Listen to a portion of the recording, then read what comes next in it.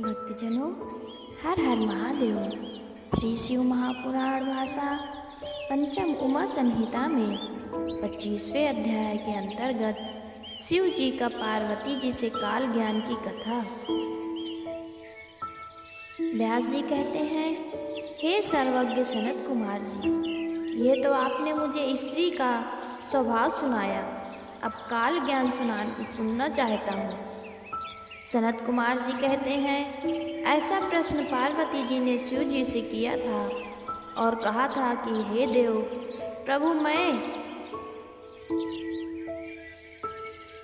मैंने आपसे सब कुछ सुन लिया, परंतु काल चक्र के संबंध में मुझे अब एक संशय रह गया कि मृत्यु का क्या चिन्ह है और आयु का क्या प्रमाण है। यदि मैं आपकी प्रिया हूँ तो वो मुझसे कहिए। तब देवी के इस प्रकार पूछने पर शिव जी ने कहा, हे प्रिय, हे देवी, इस संबंध में मैं तुमसे उस सत्य शास्त्र का वर्णन करता हूँ जिससे कि मनुष्यों के काल, दिन, पक्ष, महीना, ऋतु, आयन, वत्सर आदि बाहरी या भीतरी, स्थूल या सूक्ष्म चिन्हों से मृत्यु के चिन्ह जाने जाते हैं। हे सुंदरी, हे पार्वती, अब मैं तुमसे वैराग्य का अर्थ को लोक उपकारार्थ यथावत कहता हूँ। ध्यान देकर सुनो। हे प्रिय, यदि अकस्मात शरीर चारों ओर से पीला और ऊपर से लाल हो जाए तो ये जानो कि उसकी मृत्यु 6 महीने के भीतर हो जाएगी, और जब मुख, कान, आँख, जीभ बंध जाए तो वो 6 महीने के भीतर ही मृत्यु हो जाती है। इसी प्रकार यदि सूर्य, चंद्रमा और अग्नि का प्रकाश दिखाई ना पड़े और सब वस्तुएं श्याम दिखाई पड़े तो जानो कि जीवन 6 महीने का है। जिसका बायां हाथ 7 दिन तक फड़फड़ाता रहे तो उसका जीवन 1 महीने शेष रहता है।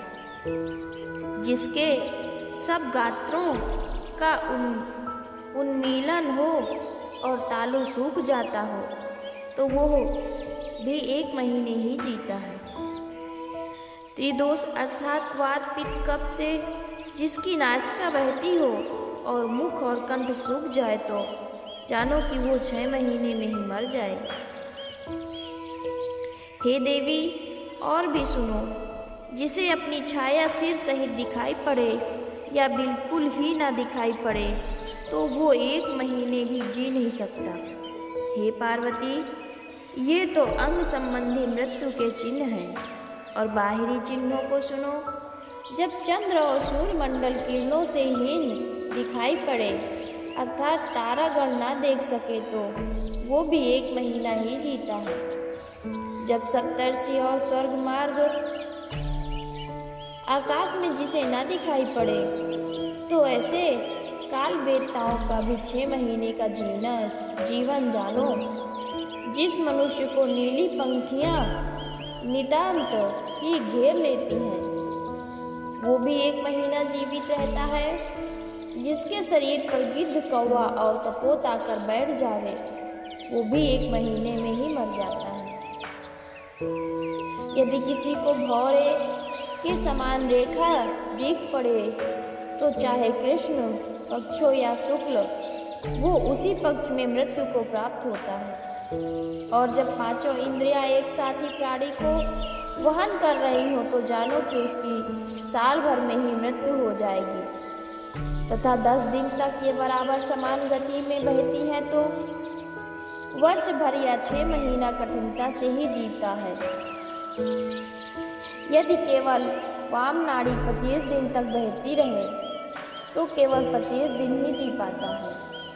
इसी प्रकार यदि किसी का प्राणनाद ब्रह्मांड में 17 दिन चढ़ा रहे तो वो मनुष्य 1 वर्ष 7 महीने 6 दिन तक जीता रहता है।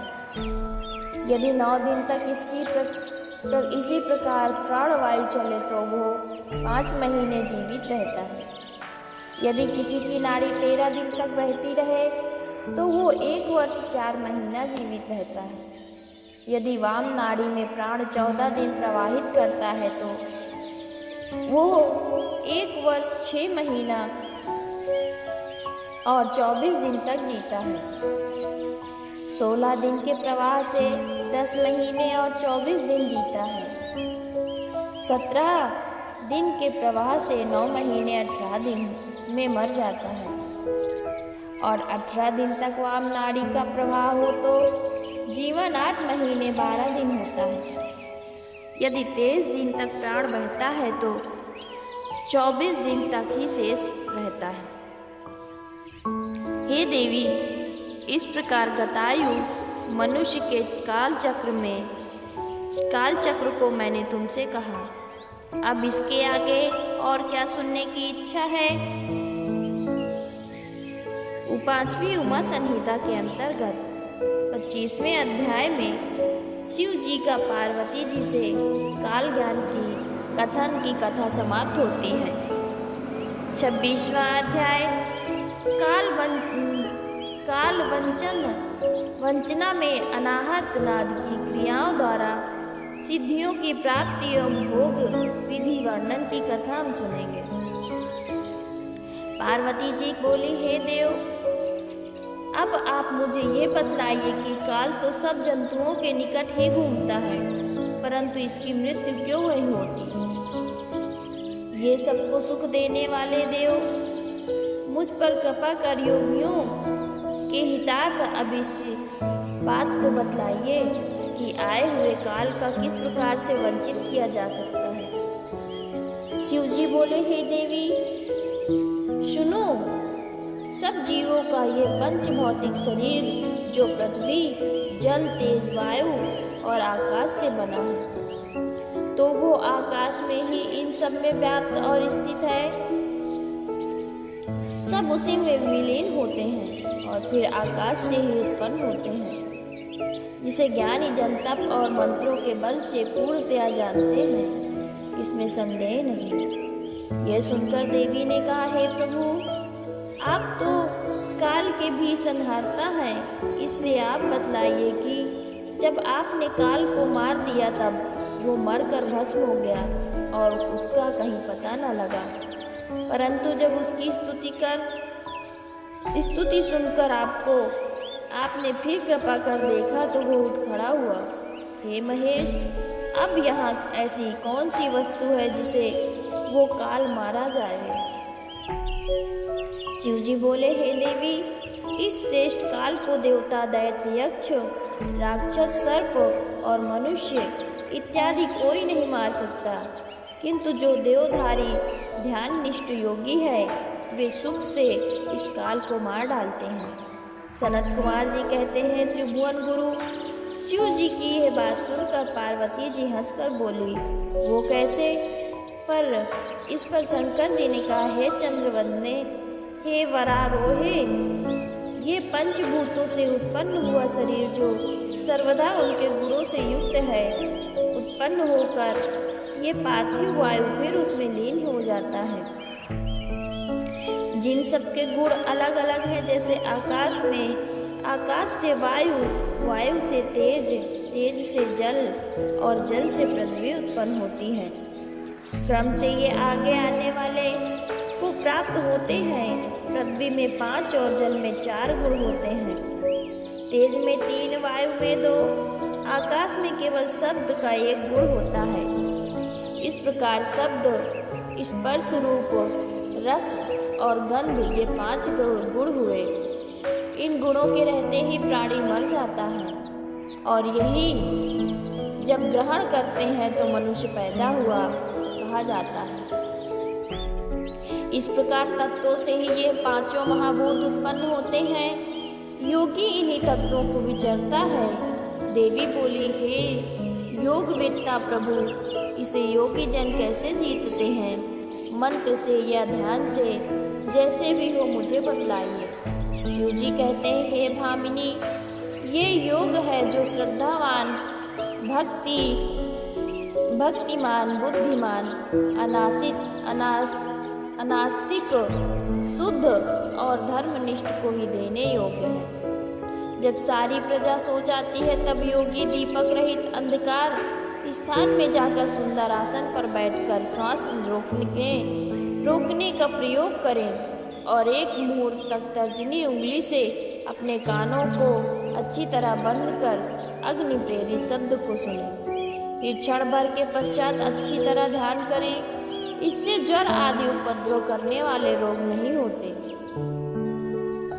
जो मनुष्य नित्य इस प्रकार 2 घड़ी तक आकार को देखता है और शब्द को सुनता है, वो स्वेच्छा मृत्यु को जीत लेता है और जगत में पर्यटन करता है। उसे सर्वज्ञता और सर्व देशों की संपूर्ण सिद्धियां प्राप्त हो जाती हैं।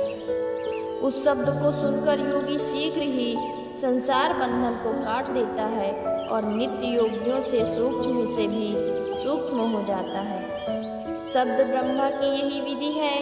जैसे धान्य का इच्छुक मनुष्य कूड़े करकट को त्याग देता है, वैसे ही योगी इस विधि से अपेक्षित बंधन को त्याग देता है, क्योंकि ये शब्द ब्रह्म पर ही परम सुखदायक, मुक्तिकारक, अग्रह और अविनाशी एवं संपूर्ण उपाधियों से रहित है।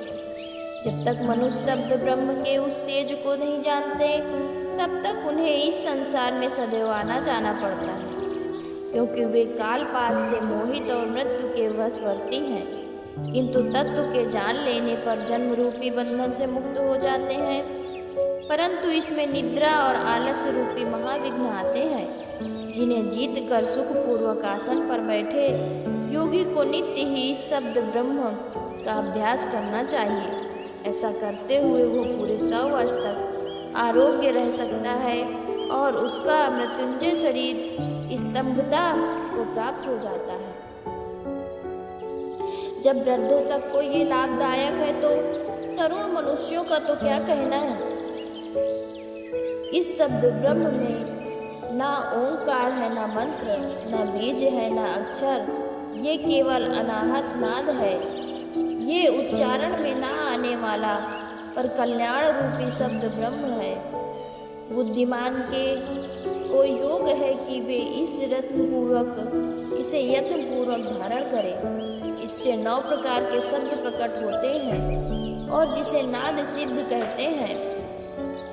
घोष, कांस्य, श्रृंग, घंट, वीणा, वंशज, दुदुम्भी, शंख और मेघ गर्जन। अभ्यासी को चाहिए कि इन 9 शब्दों को त्याग पुकार का अभ्यास करें, फिर तो वो पाप पुण्य से मुक्त हो जाएगा। योगी ऐसा ही योग अभ्यास करते हैं और वे इसे न सुनकर मृत्यु के निकट आने पर भी इसी पुकार का अभ्यास करते हैं और यही करना उनको योग्य है। जो 7 दिन ऐसा करता रहे तो वो मृत्यु को जीत लेवे, क्योंकि जब मृत्यु विजयी शब्द उत्पन्न होता है तो उसे पाकर वो सफल हो जाता है। उस शब्द के 9 प्रकार हैं। पहला घोषनाद, जो आत्मा का परम शुद्धकारी, संपूर्ण व्याधि हरता, वशीकर्ता और आकर्षण करता है। दूसरा कास्य, जिससे प्राणियों की निश्चय गति और विष तथा भूतग्राम आदि को बांधता है। तीसरा श्रृंगनाद, आभिचारक अर्थात उच्चाटन और कारण करने वाला है। चौथा घंटानाद, शिव देव आकर्षण है, जिसके द्वारा देवताओं का भी आकर्षण किया जा सकता है। फिर मनुष्यों की तो बात ही क्या, इससे यक्षों तथा गंधर्वों की कन्याएं आकृष्ट हो योगी के अभिलाषित मनोरथों की सिद्धियां देती एवं इस प्रकार उसके कार्य करते हैं। पंचम वीणानाद है, जिसे कि योगी सर्वदा सुनता हुआ दूरदर्शिता को प्राप्त करता है और वंशनाद से उसे सारे तत्व प्राप्त होते तथा दुदुम्बी से जरा और मृत्यु से छूट जाता है। इसी प्रकार शंखनाद से कामरूप की प्राप्ति होती है और मेघनाद से योगी की विपत्तियां शांत होती हैं। इस प्रकार जो नित्य ध्यान अवस्थित हो तुकार को सुनता है, उसकी समस्त इच्छाएं पूर्ण होती हैं। वो सर्वज्ञ, समदर्शी तथा काम रूपी होकर भ्रमण करता है और कभी विकार युक्त नहीं होता। वो साक्षात शिव रूप हो जाता है, इसमें कोई संदेह नहीं। हे देवी, इस प्रकार ये शब्द ब्रह्म मैंने तुमसे कहा, अब और क्या सुनने की इच्छा है। 5वीं उमा संहिता में 26वें अध्याय के अंतर्गत काल वंचना में अनाहत नाद की क्रियाओं द्वारा सिद्धियों की प्राप्ति एवं भोग विधि के वर्णन की कथा समाप्त होती है। भक्तजनों, हर हर महादेव, हर हर महादेव।